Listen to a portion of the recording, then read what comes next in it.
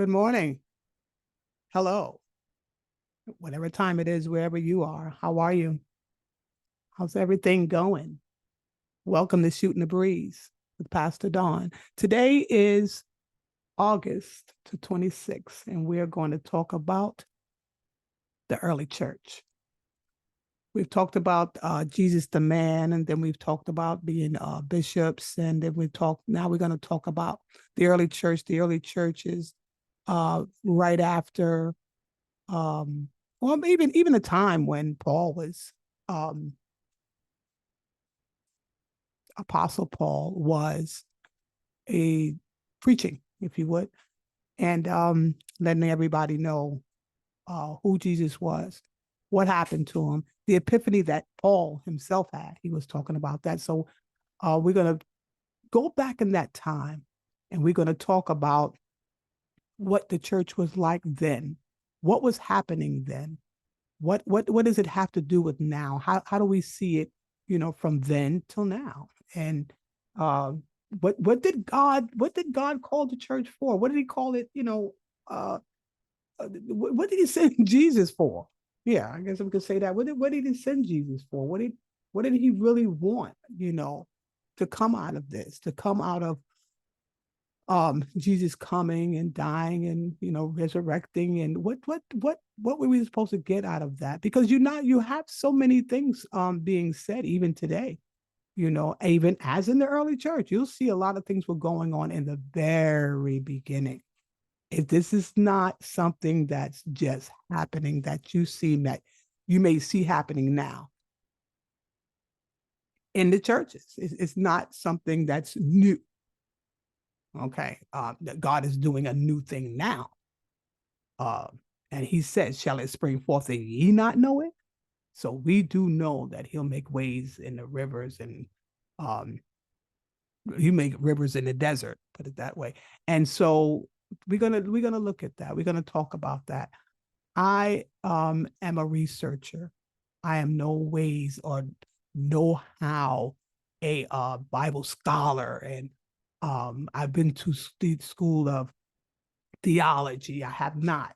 But what I do know, and what I do like to see, and like to indulge, and to dive into, who I am worshiping.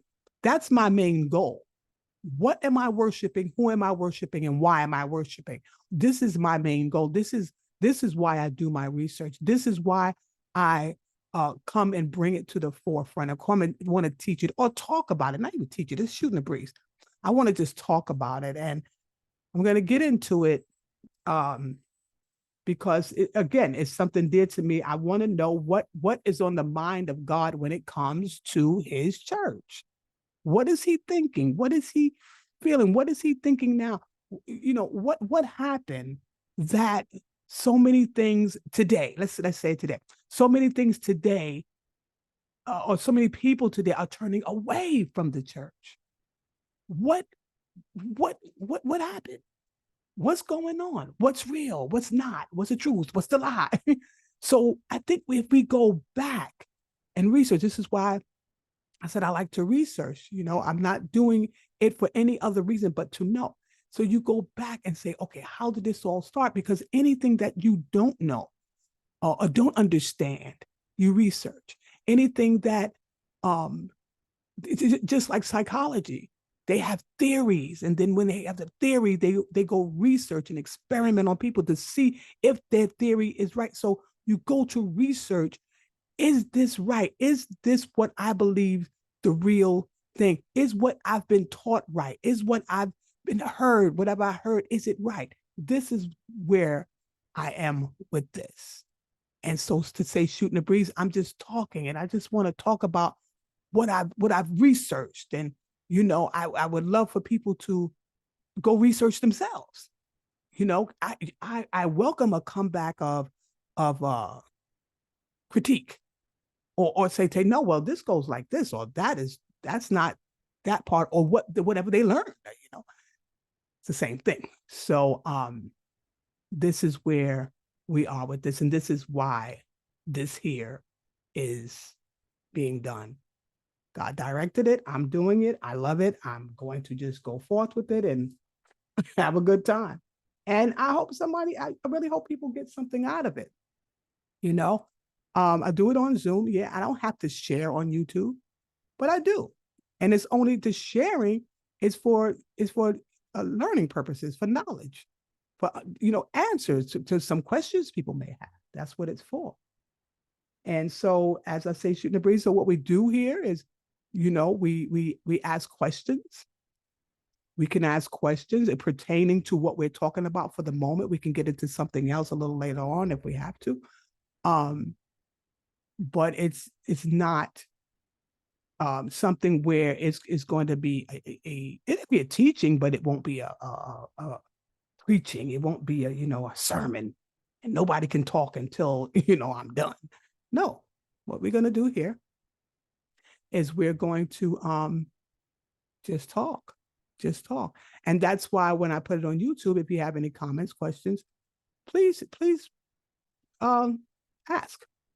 Just ask, and we'll see what we can do with it, or just let me know what your thoughts are, and just telling me what's happening, in your mind, or in your world, or in your research, or in your reading.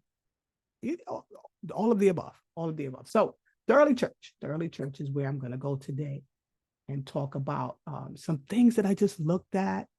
And again, you all know, Shadra, that you can jump right in and say, hey, you have a question or you have a comment. And because we just talking here this morning. So this morning, how you doing, Shadra?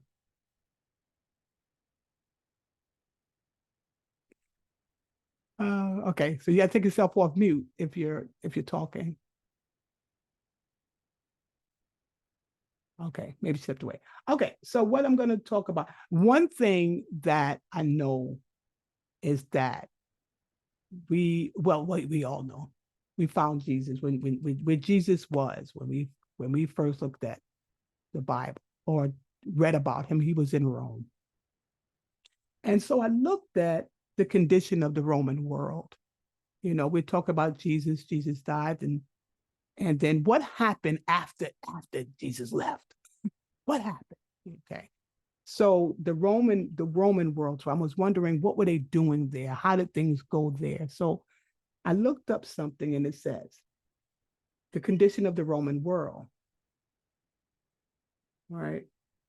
The poorer classes only lived for bread and circuses. The circuses were brutal, debasing, and bloody.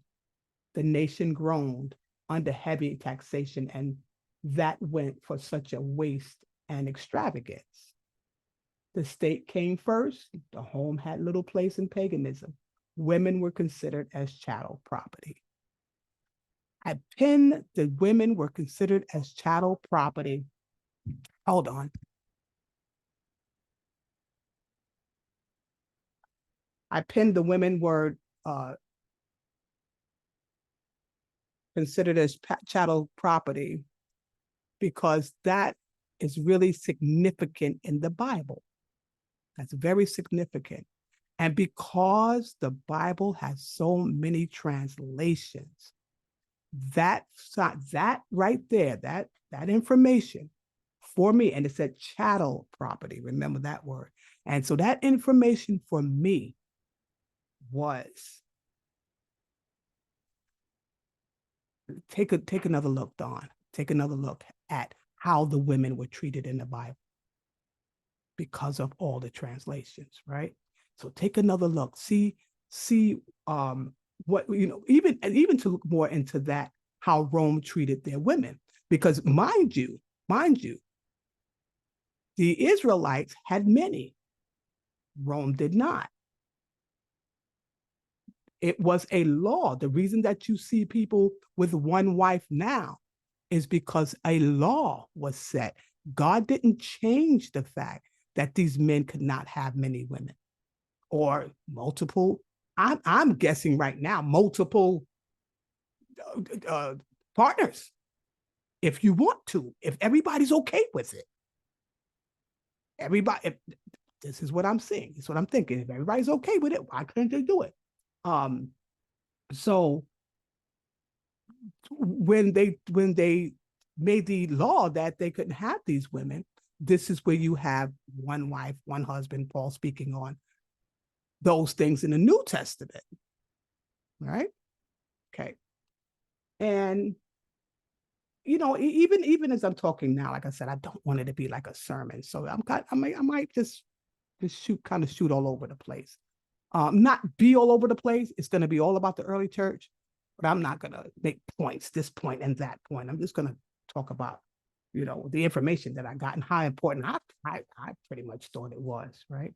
So I'm not going from state to state, level to level, to where I might jump from really just like right now, jump for the matter of fact that Rome did this with women, to illegal religion, which is what I'm going to talk about right now. So like during the New Testament period, right, the church members were subjected to like various attacks of the enemies of Christianity. So the first people who did it was the Jews, because the Jews were saying, he's not God, and he's not of Judea, he's not doing the law. Jesus is not of the law. And then when the Roman government began to recognize that Christianity was not a religion of Judaism, it was regarded as an illegal religion. So now Rome is got the Christians under fire. So now Rome, the pagan countries, people are now attacking the Christians, and not only the Jews, the pagan people are attacking. The first one was Nero, and Nero, it was said basically that he did this because he was subliminally accused of setting Rome on fire. So what he did, I don't know why I laugh every time I hear this. So what he did was he blamed the Christians, and he began to persecute them. Oh, and just put this narrative out here that they set Rome on fire, right? So I mean, what are you gonna do? So this is what was happening in the early church while Paul was preaching. Okay. And another thing that I wanted to share is that, and this is really something that we should all really consider. And this is what research does. This is what it does. Because you would never know this if you just sat and you read the Bible and you listen to the preacher preach it, and he gives you a revelation and he tells you about you for that day, for that week. And then you go home and I got to change me, and I got to do this and I got to do that. And because of what you heard, not taking your time out to sit with God by yourself and let him speak to you and say to you what you need to hear from him, not doing that, just constantly going to someone so they can reveal the word of God to you. And ladies and gentlemen, I don't have a problem with that. It's just that you don't do it for decades. You sometimes take time out for yourself, and you time out for you and God. You don't keep going to someone for decades to find out what you need to know. Going to church is not an issue for me. That's not the issue that I'm having. It's the listening to someone else continuously tell you what you need to do. Looking at the word, and then having your own questions when you read, because the preacher has to have a question when he reads. That's how he gets the revelation, or she gets the revelation, because they've read something. Or just reading, and then revelation just pops up on the other side. You're like, oh shoot, look at this. I was wondering about this before. So it's not something that is just, what you guys like fly by night. If you're in worship to something, something, you have to know this is a actual bow down. This is an actual giving up of your life to another. That's what this worship is. So if you're giving of your whole self to something else, then you need to know what it is. or what it represents. What is it doing in your life, for your life, with your life? This is how we become to worship the pastors, because you keep going to him to get the answer, or them to the women to get the answers. They don't have all of them for you, not all of them, not all the answers. So we have to start to read for ourselves and then look at what it is that we want to know. Not only about me, and God knows, I'm telling you, get on your face. He'll tell you about you. You just don't want to hear it, you know. So jumping up and down and spinning around feels a little better. I get that. But he will tell you, you know. So so this part of what I learned is really important. And it shows us something about the worship that we do, or the not the God that we worship, how the people got in the way, or not got in the way, just took on the earth what they wanted to do with the God that we worship. I'm going to say it like that, right? Because it was an emperor by the name of Trajan, right? And he had a problem in a certain district, right? And he had the Christians were increasing. It was just getting bigger and bigger. Like we talked about that last week with the bishops, because that's why they had to have these presidents preside over these people, because they were growing, you know, quickly, right? So, so he called Christianity superstition, and expressed his concern because he had the Christians had become so big that the temples of the heathen gods, now listen to this, the temple of the heathen gods were almost forsaken. Like, you know, all right, let's say you was boy, I don't know, this stuff cracks me up. So it's like, if you go, they called heathen, whoever just didn't believe in Jesus was a heathen, right? Okay, so they had their own temple. Now, the people who were selling sacrifices for them, animal sacrifices for their temples, were being disregarded. Like, in other words, let's say somebody was selling pigs, and pigs was not being sold. It was like, wait a minute, I'm taking a loss here, because people are not coming over here to buy pigs anymore. They're going to buy the cows and the heifers and the whatever it is that them Christians is doing over there for their you know, for their sake, or just not buying anything, you know. Or I guess this probably was at a time when they could have been still buying their stuff, you know, after a while, when Paul preached to say, well, you don't need to sacrifice the goat and the pig. I mean, sorry, the goats and the cows and certain things. You don't have to sacrifice it. Jesus was a sacrifice. I don't know if this was before or after, but they took a loss in business. I'll tell you that, right? So he wanted to know how to deal with the Christians. And so Trajan said, leave them alone, right? All right. The governor wanted to know what to do with them. So he said, leave them alone, unless they were persecuted by accusers. They have to be persecuted by accusers who were given their names. And if they're convicted and given an opportunity to renounce their faith in Christ, if they refuse, then they could be punished. These, ladies and gentlemen, was called an Inquisition. The Inquisition, I had started it. I came across the Spanish Inquisition and I read about it. And actually, there's Roman Inquisitions, not even a Spanish Inquisition. Okay, and so it is to investigate and give penance to those who would admit heresy, so that they can identify those who are and bring them to trial for being a heretic. When they're brought before the tribunal, listen to this. At the trial, these accused would receive no assistance to defend themselves, ignorant of the charges. They were coerced. I'm going ahead of myself. Ignorant of the charges, without knowing why they were there. They were coerced into admitting that they were a heretic, right? And so their property was taken and they were tortured. If they were found guilty, that they would then they were tortured, and then they would be handed over that if they were found guilty, they were tortured. I have some other writings here that I don't need. Okay, they were tortured, property taken, and they're tortured.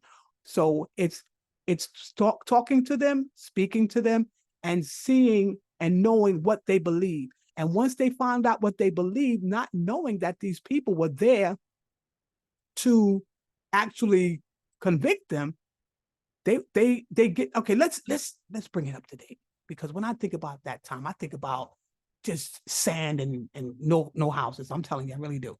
Okay, so just imagine if somebody's just shooting the breeze and just talking to you and asking you certain questions about your belief, and you're telling them what you believe and how you believe, and just like now, and I'm saying no, I don't believe this or I do believe that, and next thing you know, you get something in the mail tomorrow. You got to go to court. Go to court for what? But you better show up now. Like, it's like, I'm not going to not show up. I don't know what this is about, but I'm not going to show up. So you go to court, and they start now accusing you of being a heretic, or accusing you of something that you're saying, okay, so, I mean, I didn't even know. I mean, I know there was a persecution for believing what I believe, but I didn't know that people were walking around trying to get me to tell it to them. And then I have to go to court, and then you find me guilty, and I have no way of defending myself. And you find me guilty, and you take my property, you throw me down. And this, ladies and gentlemen, is what Roman did. The leader of Rome did to make everybody believe, because if you did not believe, you were persecuted. This is when a lot of emperors did it. You were persecuted, and it persecuted to the point where some people, they were killed because you don't believe. So now the oppression has gotten so bad to where people, okay, never mind, and this is where we have the following of the Catholic. They say the Christian and Catholic is under the same umbrella. Catholicism, they say, is under Christianity, but they have made the rules on how you are to conduct yourself as a Christian. They've made the rules for that. So, and if you didn't abide by these rules, you something, and then of course to let me know how you believe in. So I'm getting everybody. I don't care who you are. I'm not picking you out because I know that you're a Christian. I'm going to find out what you really believe, or find out if you even on the borderline or whatever. And I'm going to take you and hang you because you don't believe what I believe. You don't believe what I'm saying. You don't believe what I put out there as law. It's crazy, but it's true, right? It's really crazy, but it's true. And they got persecuted, so many years, until it was around, I don't know exactly when it was, but so one emperor called Gallienus in 268 AD, he relieved them of the persecution, and that was for about 40 years. He took that away from them and helped, just helped them, gave them some relief. Okay, so during that period, the large, expensive church buildings was erected, and the church became rich, and the members worldly and contentious. How does that happen now, right? Okay, you give them a little leeway, so now they're like, okay, so you not leeway, you give them a little relief, and then they build on that relief. At the same time, I guess, I guess I'm thinking right now, it's how, you gave them some relief, and now they done return worldly. But everybody who was called a Christian didn't come out of Christ. Remember, all those who came out of Egypt was not of Israel. I mean, yeah, was not of Israel. All who said they were Christians was not of Christ. So we have to know that there's going to be some wolves in the pile. At the same time, that's why I say respect Jesus. That's why I respect him. because Jesus did what he had to do, regardless to what anybody said. So what? This is what I'm doing. Kill me. Yeah, whatever. It doesn't matter. It doesn't matter. I have a work to do, and that's what I'm going to do. I'm going to do my work. And whoever don't like it, too bad. Too bad. It was one, there was a person who was what he was burned at the stake for actually what you call it, distributing Bibles that was not in Latin. Distributing the Bibles that was not in Latin, not in Latin, not written in Latin, because it was already, I don't want to, get too far into it, but it was already said at one point when the book was Hebrew to Greek, then they put it in Latin and told everybody, this is what you have to read. You can't read no other translation. That's what Rome did, y'all. That's what he did. His name was John Huss. That isn't it odd? Okay, let me go back to John Huss. John Huss, right? He was burned at the stake. Listen. He was burned at the stake in 1415 with Wycliffe's manuscript, Bible used as kindling for fire, which means the Bible that Wycliffe had printed, they threw it down on the ground, I'm guessing. This is how I just visualize. Put him on the stake or whatever and burn the Bibles and burned him with the fire that came from the paper. That's how they burned him. So now I think about Jesus, where he appears, right? We see Jesus and we see Jesus in Rome. Right. And now we see that the Pope is in charge of religion in Rome, right? We're going to get into that. How did that happen? Where does that come from? But he's in charge of Christianity. If y'all don't understand that, you have to research, but he is really in charge of it. And I'm gonna talk about it, but we don't want to get ahead of ourselves. We want to just kind of stay, focused on times and places, because that's important, because if you don't have one thing, you won't understand the other. So the Romans were torturing all who were believing in Jesus. Now think about this. They were torturing them, all the emperors persecuted them and said, you can't, you are, what one calls superstitious and illegal. You can't do this. And you can't, you're a heretic. That is not real. What you're doing is not real.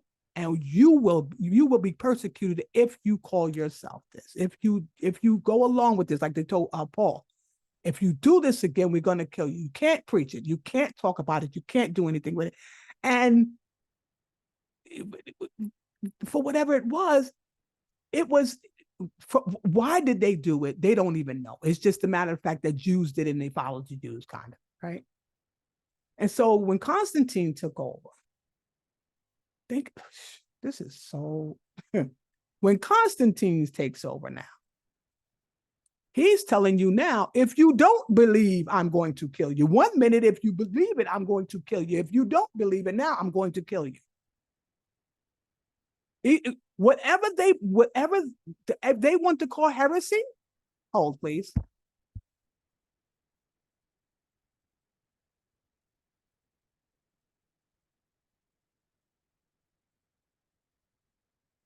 Whatever they wanted to call heresy was heresy. Whatever they wanted to call Bible was Bible. Whatever they wanted to call real was real. Whatever they wanted to call Jesus was Jesus. However they called it, it was it.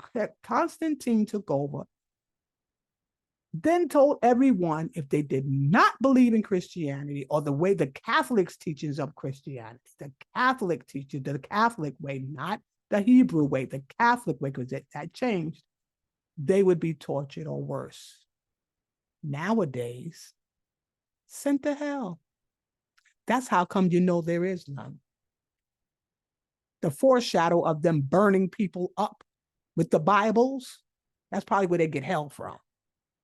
That's where they got it from. Now you're going to hell if you don't read it, if you don't listen to it, if you don't abide by what I say, you're going to burn eternally. I guess like John Huss, right? Yeah, okay. Now, if we get a hold of what we know and what we believe and what is history, what is known, what is right, and what is wrong, we can live our lives a lot more peaceful, a lot more peaceful, to knowing who we are and where we stand with God. And that comes from you taking your time to talk with him personally, because he's going to tell you what you need to know. He's going to do that. He's going to tell you what it is you need to know. And don't be afraid if he tells you something other than what your pastor is saying, because it's just for you. And it's okay to be for you. But our loving, all-knowing, all-wise, immutable God is not going to have me burn eternally. He's not the Roman Catholics. He's not going to put a fire under me and just burn me up alive, because obviously I'm going to know it, right? That's the whole point of you being afraid of it, because you're going to know that you're going to burn. So if I don't even know I'm a burn, or whenever I'm supposed to be burned, if I'm dead and I don't know it, what difference does it make? But he's not going to put me on the stake and burn me. He's not going to do that. And with that, I am done. I am done. I wanted to talk about this today, and this is what we have. If Shadra has any comments or questions, we welcome them. And if not, we're going to sign off and hope that you have gotten a little bit of understanding, a little glimpse of hope, of reality, or if you had any questions, hopefully God answered them today, some of them, any of them, to make you a little more aware, to awaken your experience with God. I have a book out called Where Are You? An Awakening to Your Experience with God. It's your experience. I'm not telling you what to do with God and with God. I'm just awakening your experience that you're having with him. If anybody would like to order or like to ask me about that, please leave a comment. I'll let you know how to order it. It is on Amazon, but I have some also. I'd like to share it from where I am. Okay. And with that, leave your comments, your questions, anything that you would like to say, anything that you would like to ask. I welcome questions. I really, really do. I want to hear I want to hear what you think. You know, I really do. Okay. So with that, I thank you for joining. I thank you for listening. For those who have listened, I thank you for being with us and sharing this time. Okay. God bless you.